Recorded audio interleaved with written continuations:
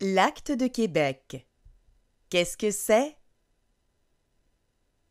Le 22 juin 1774, le Parlement britannique adopte l'Acte de Québec, une nouvelle constitution revue et adaptée aux réalités de la province de Québec. 11 ans après la proclamation royale, l'Acte de Québec est la réponse de la Grande-Bretagne aux revendications du clergé et des notables canadiens et à celles des marchands britanniques. Que change l'Acte de Québec par rapport à la proclamation royale? Tout d'abord, l'Acte de Québec modifie les frontières de la colonie, ce qui a pour effet d'agrandir considérablement la province de Québec, de réduire tout aussi considérablement le territoire amérindien et de ne rien accorder aux 13 colonies.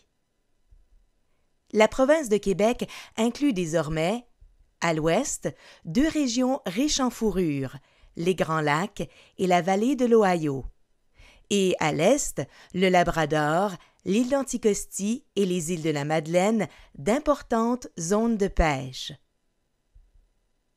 En plus de redéfinir le territoire, l'Acte de Québec modifie l'organisation du gouvernement colonial. Le Conseil de Québec est remplacé par un conseil exécutif qui, dorénavant, fera appliquer les lois. Quant à la Chambre d'Assemblée, prévue par la proclamation royale, elle est remplacée par un conseil législatif qui a la responsabilité de proposer des lois.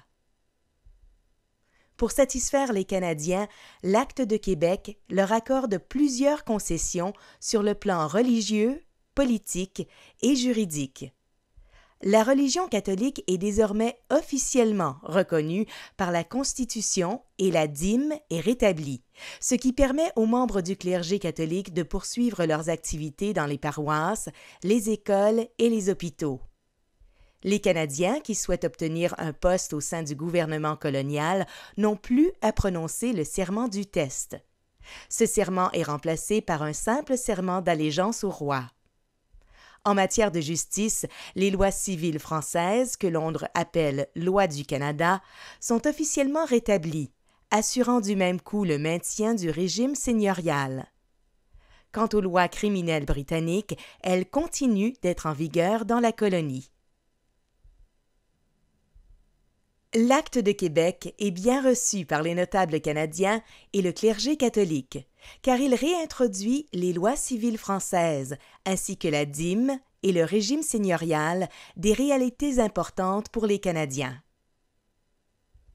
Par contre, du côté des marchands britanniques, la nouvelle Constitution soulève indignation et colère.